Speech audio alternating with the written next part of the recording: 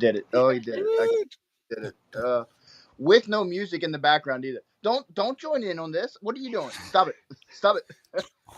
Hey, everybody. Welcome to Undercover Dumpster Fire. Not a karaoke bar, I think. I'm not positive, but we'll figure it out. We need a band. No, we need a singer. We need an intro. And we need an outro. So you know what? We may need a band. If it keeps them from ever doing that again, I beg you, if you're a member of a band, please reach out. Drums. Eric, you got the guitar ready? Who's singing? Go ahead, Matt. Yeah. No, we need somebody. We need some musicians, and we need them soon. So hit us up, please. Unless you ever want to see that again. If you want to see that again, keep your mouth shut. It's on you. Hey, everybody, welcome to Undercover Dumpster Fire. As always, that picture, Undercover Retired. I don't even think I remember my name after that little intro. Thank you. We got Keto 50, Eric / something. And we got Willy air guitar. You know what? I'm not even going into firefighter. You ruined it all. All you get is Willy air guitar. That's all you're getting this time. Got the drums going.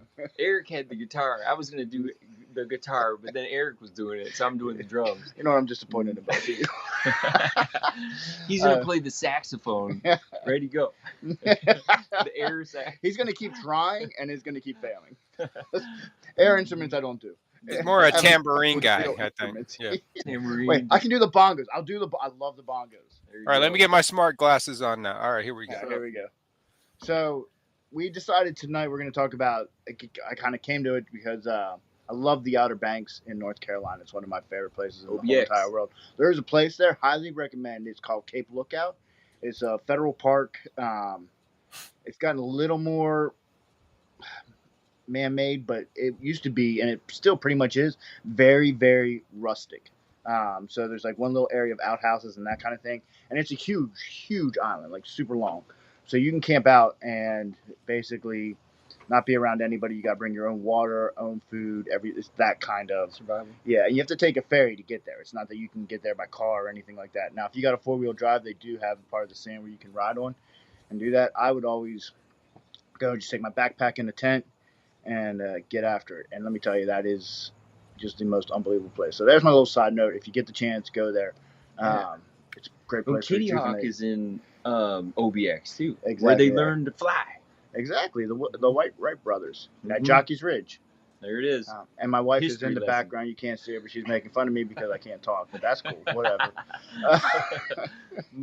So it's fun. I got my arm around Matt. I know. If you can see the sweat, that's the reason. I had Eric playing with nunchucks a little bit ago. He's putting my arm. I feel like I'm in for a bad night no matter what. What nunchucks? Let me see the nunchucks. Where did the nunchucks go? My wife took them from me. Evidently, you can't do that inside an RV. It's a little dangerous. Can't swing around. I'm not allowed to touch buttons, so yeah, you have nunchucks. All right. Yeah. I feel like you both earned those restrictions. I really do. I did. Captain Ho, I'm so sorry. I moved you all around in one of those episodes by punching all the buttons. So he could not help himself. Yeah. So, trying to get back on topic. We'll see how it goes. With the Outer Banks, they've kind of been on the news a little bit this week, or at least some of the stuff I follow. And I think it's at 6 houses now. 8 houses now have washed away. And not even, like, it's not getting hit by a hurricane or anything like that. It's just whenever a hurricane gets kind of close or anything like that, the surf comes way up and it takes the houses. And you literally can watch these houses wash out into the ocean. And taking a step back and just thinking about that for a second about, man, your house just literally going into the ocean, washing away in the ocean. Yeah. And so where Willie and I are filming right now is actually at my house down in the Florida Keys. And back in 2017, we had Irma, a major hurricane, hit the Keys. And this house is actually thanks to Irma. We were on, got ruined. Yeah, right? We were on a ground level house. And the funny part of the story, so as a police officer at the time, I had to stay and ride out the hurricane in the Keys. We were not allowed to leave. And our first day after the hurricane was kind of just a search and rescue kind of day. And it was mind-boggling. Like, we rode it out in Almirada, and there was no road. Like, literally, there were boats every which way, just on the middle thing, and then sand everywhere. You couldn't see the road. It was just sand. So everything was by foot that first day, trying to to get out and look for people and that kind of thing. And then I don't remember if it was the day after, a couple of days, I was able to go to my house and check it. And I expected not to have a house. And so I got there, and the house standing looks perfect. I'm like, oh, man, I am a lucky, lucky person. So walk in, everything looked good, boom. And like I was still having to work 24/7 at that point, so it was literally check the house and go. And so I didn't get back to the house for probably like a week then. Keep in mind, my family's not down here. They had evacuated north. And because they were smart. Yeah, exactly. They did what they should have done. I mean, especially like in my position, they needed to do like, because the last thing in the world I would want is for them to be here. I have a job to do, and I wouldn't be able to do it because I'd be thinking, oh, how's my family? Where's my family at? What's going on? So they went north. A week later, I get back to the house again. After I'd already called my wife at this point, I was able to get a hold of her. We had phone back before this and told her, hey, the house is great. We're in good shape. So I come back, and I barely could get the front door open. Well, that's kind of weird. And then you go inside, and all of a sudden the floor is buckled. I'm like, well, that wasn't like that before. And so at this point, we're getting ready to have an adjuster come out. Everybody's warning me, hey, be really careful. These adjusters are going to try and say your house is fine, blah, blah, blah, because insurance companies don't want to pay. I'm like, all right, I'm prepared. I got this. Guy comes out. He's at the house for like 30 seconds. Your house is totaled. What the? Yeah, right. Here we go. Yeah, exactly. It's not exactly what I was expecting, but apparently because we were elevated like a foot off the ground and are 3 feet off the ground. This is a foot in Matt's his measurement. Yeah, that brings me up on a side story. They interview football players, right? You know, measurements in football. You know what 10 yards is. You know what a yard is, and all that, right? They interviewed a bunch of football players, NFL players, and like, well, how long is a yard? A yard. I was like, you got to be kidding. Like, they legitimately did not know much. I'm like, wow. You got to be like 9 yards tall then. I guess. I don't know what the issue is. It's this. Oh, no. Anyway, so back on topic. Derailing everything. Quickly back on topic. We ended up having to bulldoze our house, rebuild, and now we're up about over 10 feet off the ground. So bring it hurt. Just kidding. I'm not tempting that. And actually, for the record, our house getting totaled is my wife's fault. Little side note that goes into this because this is a very important part. All right. So my birthday was a few weeks prior to this hurricane, and I wanted to go to Key West and do a ghost tour and all that. Like, I get a kick out of those things. And do you guys know who Robert the Doll is? It sounds familiar. So Robert Doll, very famous doll. Seriously, very famous doll. Yes. He's haunted. It's like Chucky. He is. He's haunted. And you have to be very, very nice to Robert. And if you are mean to Robert, to his face, bad things happen.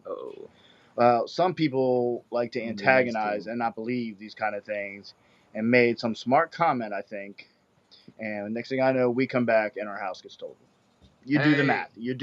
It's right there. Exactly. So it was Robert. Yeah. Robert did it. And my wife for being mean. Oh, Robert. Hey, we're going to be nice to you, buddy. Yeah. All right? Love you, Robert. So, give you a best hug. friend. BFF. Okay, we don't touch Robert. Don't touch you. I won't touch you. I swear. You know, with your wife there, I couldn't help but wonder all the time that we would go into work during those situations and stay, and what it did to our families to have to worry about us while we're gone, right? I never really thought much about it, but they're probably sitting there like, man, I wish Dad was here, or I wish my husband was here, I mean. And we talked about it afterwards because, like, all the while, like, on Facebook and stuff like that, like, they all start seeing, like, who was going to be the first one because, different carriers, who was going to be the first one to have cell service and reach out. And then it kind of spread like that because somebody got self-service and was able to get back to their wife on Facebook or whatever, or got to their wife and said, hey, we're okay. And then the wife put it on Facebook, and then other people saw it, and so it kind of trickled that way. But I mean, like, I think because we lost everything, right? We lost internet, we lost cell. We were supposed to have a satellite phone. We did not have a satellite phone. No sat phone. So there's zero communication at all. All right. And here's the way things went that made it a little more complicated. So we were planning to ride it out at Marathon High School. We set up there. I set up in the library. I was going to have a good night's sleep in the library. literally actually was sleeping in the library, and about 2 o'clock in the morning, we get woken up, called down. This is right as the bands are starting to hit the outer bands, and like, hey, the hurricane's redirected. You need to get north now. And so basically, the plan was made. We were going to Island Christian Academy and going to ride out there. Didn't even know, and it wasn't rated for a high enough hurricane, so we got a little bit lucky on that. But like, I was in homicide at the time, and my partner, he and I were tailing each other, and we were going across a bridge as one of the bands hit. No joke, both of our cars picked up, and we thought we were going off the side of the bridge. And it was like that would have been it because there was no communication. Like the radio, police radio, was, and the only time in my life I've ever heard this was where it does that beep, beep, because it's off. No line. And that is the most eerie sound in the whole entire world for a cop. Right. Like, I mean, you don't realize how much you were like, that's like a safety net. You feel so good when that's right there. No radio. And it's not there. You ever have your battery go dead and you didn't realize for like 20 minutes or something? You're like, oh, and you get the call from your sergeant. What the? Oh.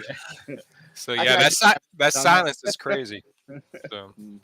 He was just trying to go cruising. That was all. Yeah, I just turned it off. He's like leaning down on the side. He's like, I'm gonna float up. How long were you guys without power? Like all the citizens, mostly in the residents and stuff. I want to say 3 to 4 weeks, somewhere in there. Wow, that's a long time. People start losing their cool. But that was a lot better than it used to be. Now, keep in mind, we were closed. Only certain people could get in, so they didn't have full access. So that because, and plus you got trouble with looting and that kind of thing. So you got to be super. Oh, that I was on the night patrols. Those were fun because you had nothing else to do except look for looters. Yeah, and that's people out there. Yeah, it's a totally different. Now, granted, we were on so to be honest, my job was split between going to officers' houses and stuff like that, and trying to get it to where they could get in it, if possible. To anytime somebody found a dead body, I would go to that because of people not evacuating. And I found, I don't know if I should go into. Like one of the bodies I found, like it was just a creepy. All right, I'll tell you a different one. Oh, it's Halloween time. No kidding. So you can use your imagination. The dude had a life jacket on and everything. Oh, like it was. Dang it. It was kind of weird. But another one that this is more Halloweenish too. Big Pine. There's a cemetery, and two of the graves. It was a husband and wife, not together in the cemetery. They're actually apart from each other, ways in the cemetery. I don't know how that ended, but they had died. I think it was like the 1920s or something like that. Not at the same time, different times. And I think that's part of the reason they weren't together in there. Yeah. Anyway, so the hurricane hits. Their graves come up. The coffins float about 5 streets over and end up next to each other. No way. Yeah. And he had on a purple suit. She had on a purple dress. And it's like Beetlejuice. Dude, yeah. Beetlejuice. It was Robert. Wait, does he wear purple? I don't know. I mean, Beetlejuice isn't real, right? I don't know. All right, he didn't show up. He's not here. I don't see. That's so much better than my lawnmower story. You know, where they take an old lawnmower and they start it up outside your house and they go in and steal your generator that's in the garage carport, and then you wake up and you're like, "Why is the AC not working?" It's because the lawnmower is. The lawnmower's sitting up there. Wow, I can't believe they came together like that. Yeah, that was, and the old, so it was kind of cool because of the really old suits, and they were still perfectly intact and all that. Oh wow! And so the ME had to check some out because so if you break the seal on the coffin, it has to be looked investigated or looked at. And that was all that was. That was he probably was feeling really good after that. I'm sure, right? Medical examiner. You got to bury them together now, right? You can't separate them. Yeah. That's a good question. No, I think they have to go back in their original spot. The great stuff. I guess you could stack them. Is that legal? I mean, when you get married, you're one. So, I mean, technically. So you're trying to say put them in the same coffin? Because I definitely don't think that's allowed. Nor is there room. I mean, you'd have. Now we're getting weird. No. This is Halloween edition. Have you been to Home Depot, man? There's Oh, I know. call like scary things, you know. See, this is why we have a concrete agenda when we do this, because the places we go. Leave it to me, you know. Fireman always makes jokes, you know. So the original reason for us talking about this, not because Halloween isn't cool, because everybody loves Halloween. Christmas is better, and it is Christmas time now. But anyway. He loves Christmas. I do love I found that out. We almost got back on topic. We were this close. We really were like an inch away. But so it got me thinking about like the trauma, and I mean, there's definitely trauma from that, 100% that I've dealt with. But like I think about the Palisades, you know, and all the houses that people lost. And I was talking to somebody last week from LA, and they lost their house completely. For the fire, I can't imagine, like, in some ways I feel like that would be so much worse, because, you know, it was a long time before they could even get back to look. Just how horrible that would be. Yeah. And I wonder how many people suffering and have trauma already that they're not talking about, not dealing with from that, not thinking that, you know, some of the things that are probably occurring in their life right now are related to that. Yeah. Yeah, we ended up in Alabama because we fled Helena last year, and Greenville, Tennessee, where we were looking at land, and we were in that campground 7 days before that campground got wiped away. And you're like, wow, you know, and you know, you get blessed to not be in those situations sometimes too. And then you still got trauma from that. You feel a little guilty sometimes. You're like, man, we got so lucky. And then here these people are, you know, dying or can't find their kids or cattle or whatever they're missing, you know. Yeah, and the animals also. That's like some that it can be kind of out of a horror movie, to be real. Some of them are still alive and they're running around and stuff. It's not. That's some. It's hard to forget that. You brought up something that's an interesting point that's not talked about a lot, Eric, is the survivor guilt, and that is way more common than people realize. Especially like so when Sean and Jeff were killed by the coward. I went through a lot because I had dealt with the guy who killed them. I dealt with him the week before, and stuff like that. And that one, like, not that I'm perfect with it now, but that really bothered me for a while on that one. Like, there's that definite. It's not that it necessarily makes a whole lot of rational sense, but it's just there. Like, you're like, why them and not me, kind of thing. So yeah, that's a very valid point on that. Yeah, and pulling in the military folks, because my baby A isn't here today, but he's listening. He's in some other fine place, but my brother in the military. He's not dead. That definitely sounds like he was dead. He's not dead. He is not. He just texted me. Yeah, he's alive. It's a miracle. It's a miracle.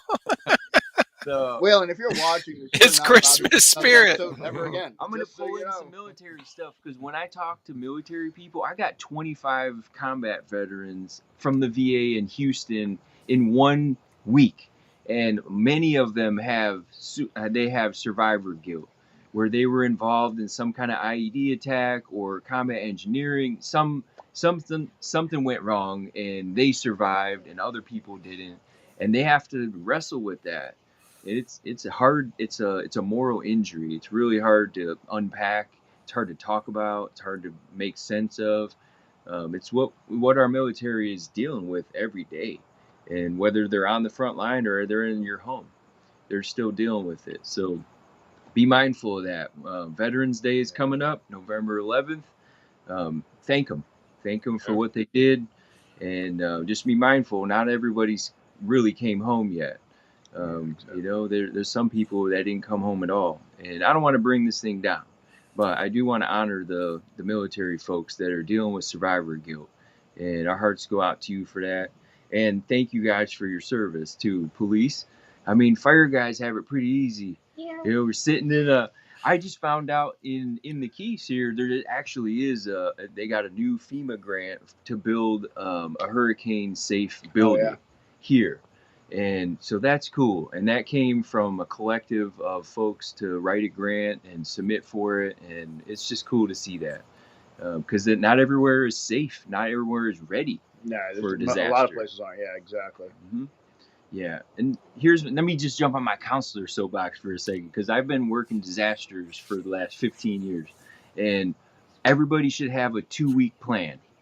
how to survive for 2 weeks without water, like and running have the water, supplies exactly, and without having food and electricity.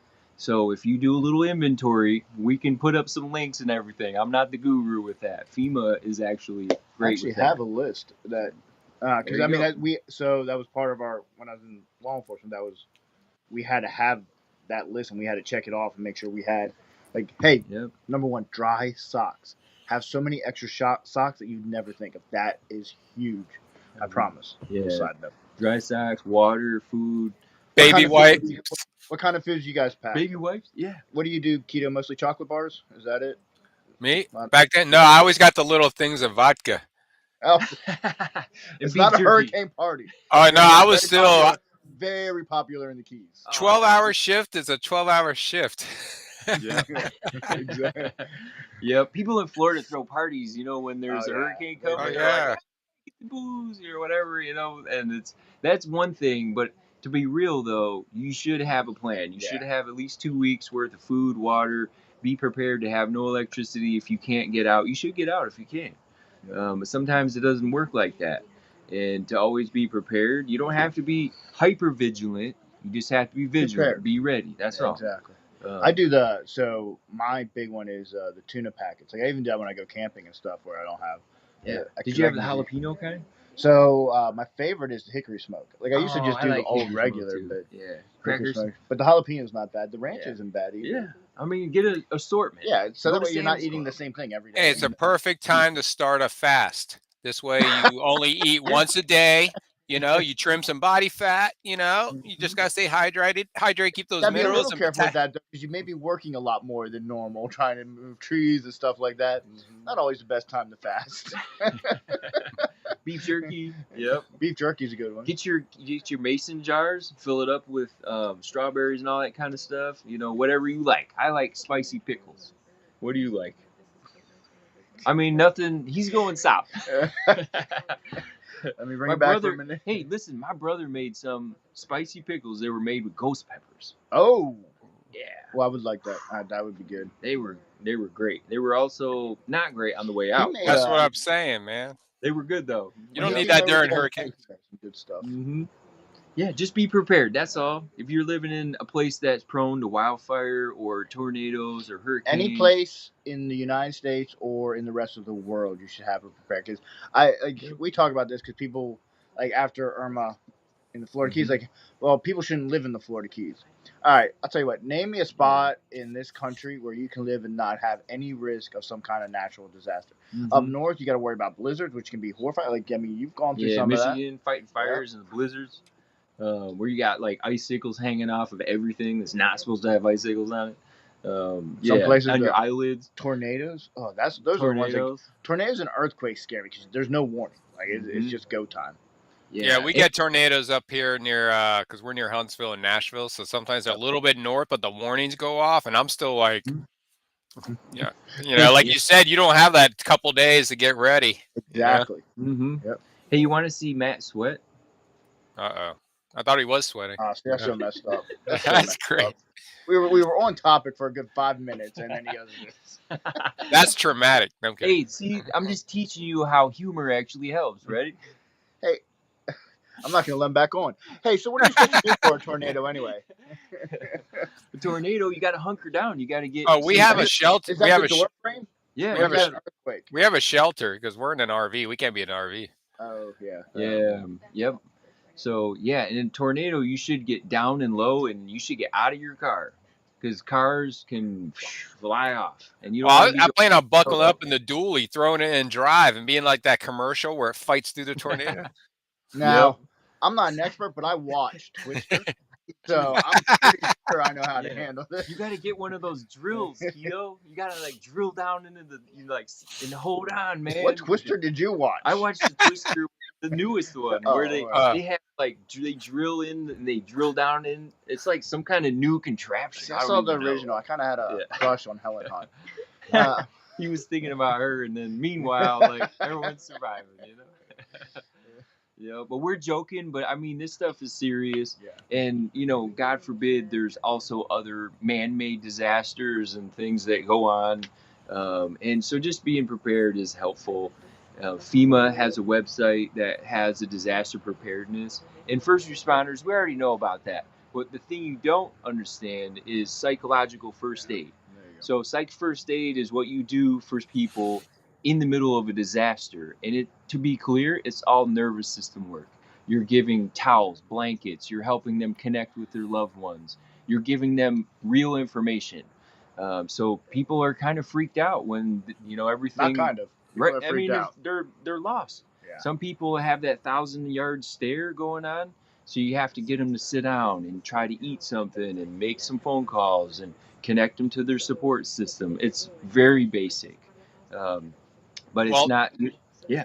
I was going to say, this is why we need the peer support program, right? To show up at these situations. No, 100%. You couldn't be more right. Yeah. And that's the thing is, like, just because you're a first responder or whatever, don't think that you're immune, Right. Like, you're going to take some bumps, and it's going to be hard, and you need to do what's right for you afterwards as well. Yeah. And I'd add in there, usually what I see on the counseling side of things is people over 10 years experience. The first 10 years, you can accumulate a lot. You can kind of...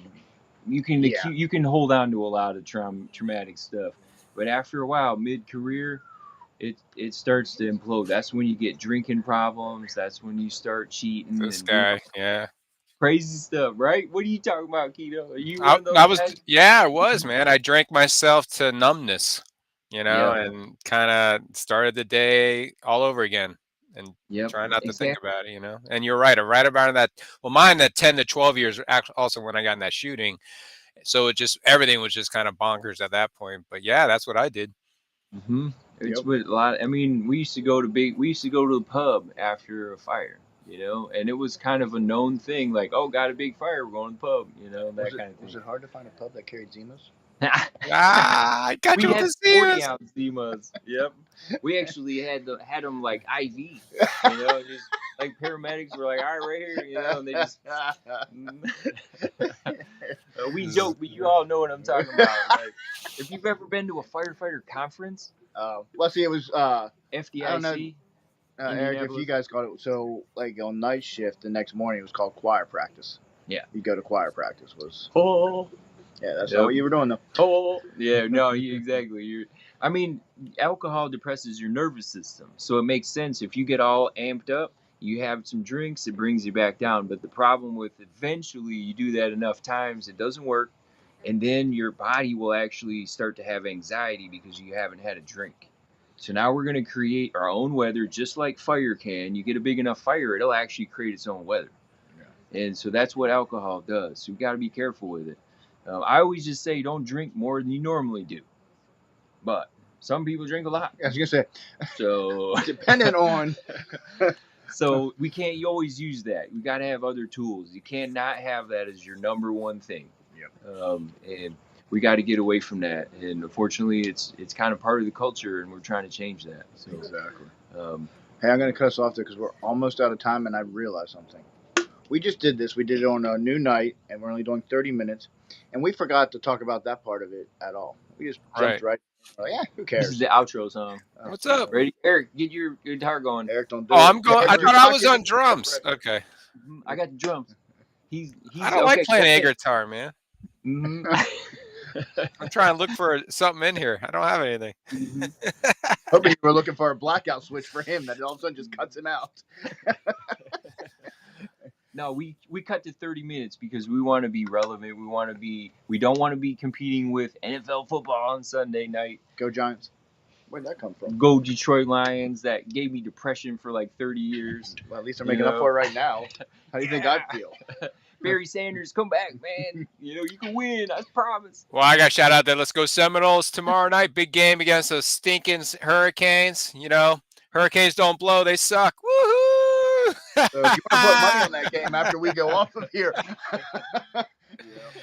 No, but hey, let me tell you this. We are still looking for someone to play some music or someone who can create some to bring us onto the show and exit. So if you want to collaborate, hit us up. Yep. We need some musicians. Other than that, this will be our new time and new time period every week. Other than that, everything will stay the same. Willie will still be out of control. And I'll do my best to rein him in. Now, usually we probably will mostly be together like this, I think, until he drives me completely insane and I can't handle it. That's true. He loves me though. He won't kick me out. Hey, Cops and Campers has an official band. They're tailor-made. They're up there in New York. They play every year, so we'll just get some of their music. I was gonna say we could just Shout out. get a clip and put it in the beginning. That'd be Tailor-made. perfect. Yeah, tailor-made. There we are. They're all cop guys and corrections guys and stuff. So Perfect. Remember this, Arsenio Hall? no, I try not to. Oh, look at that. We're out of time. All right.